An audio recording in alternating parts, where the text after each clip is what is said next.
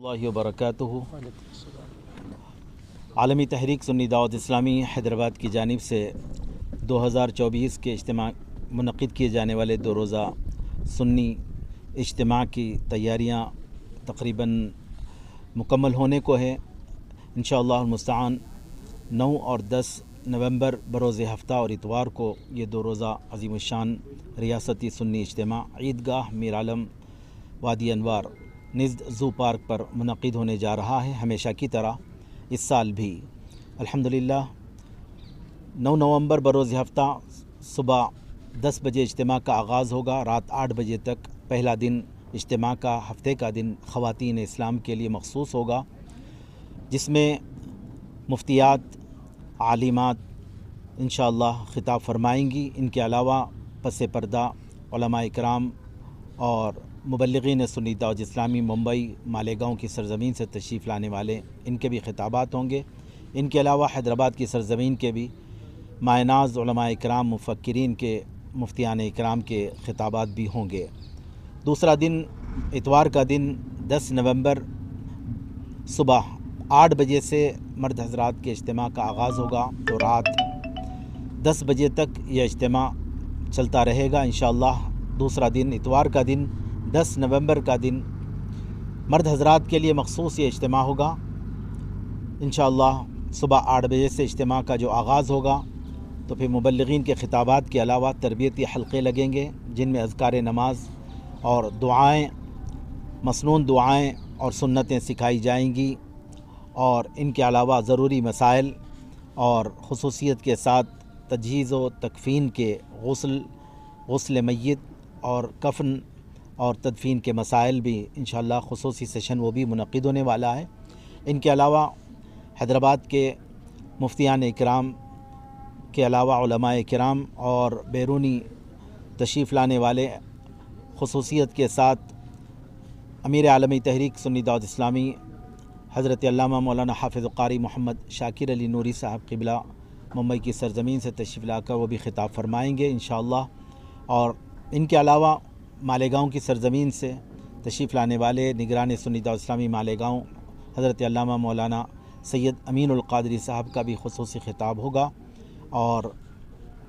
ممبئی کی سرزمین سے عالمی شہرت یافتہ مداح رسول نعت خواں حضرت مولانا محمد رضوان خان صاحب وہ بھی تشریف لائیں گے۔ ان کے علاوہ سنی دعوت اسلامی کے مائناز مبلغین اور اراکین شورا میں مولانا صادق رضی صاحب، مولانا خالد رضی صاحب یہ بھی تشریف لائیں گے، ان کے بھی خطابات ہوں گے۔ اور اس اجتماع کا اختتام دونوں ہی دن، ہفتے کا دن اور اتوار کا دن، دونوں ہی دن خصوصی ذکر اور خصوصی دعا پر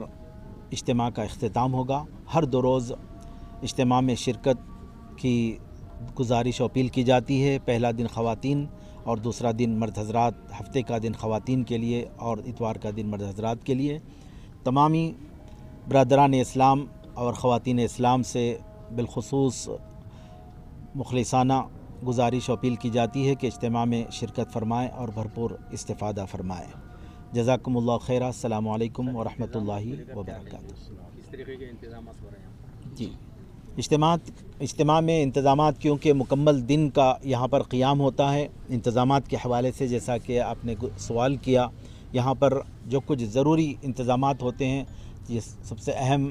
کھانے پینے کا مسئلہ، اسٹالز کھانے پینے کے یہاں پر لگائے جاتے ہیں، جو بالکل ہی واجبی دام میں ٹوکنس وغیرہ وہ لوگ پرووائڈ کرتے ہیں اسٹالز والے حضرات۔ اور ان کے علاوہ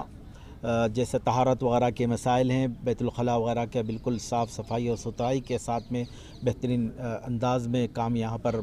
تقریباً پائے تکمیل کو پہنچ چکا ہے۔ جیسا کہ گزشتہ میٹنگز یہاں پر دورے ہوئے،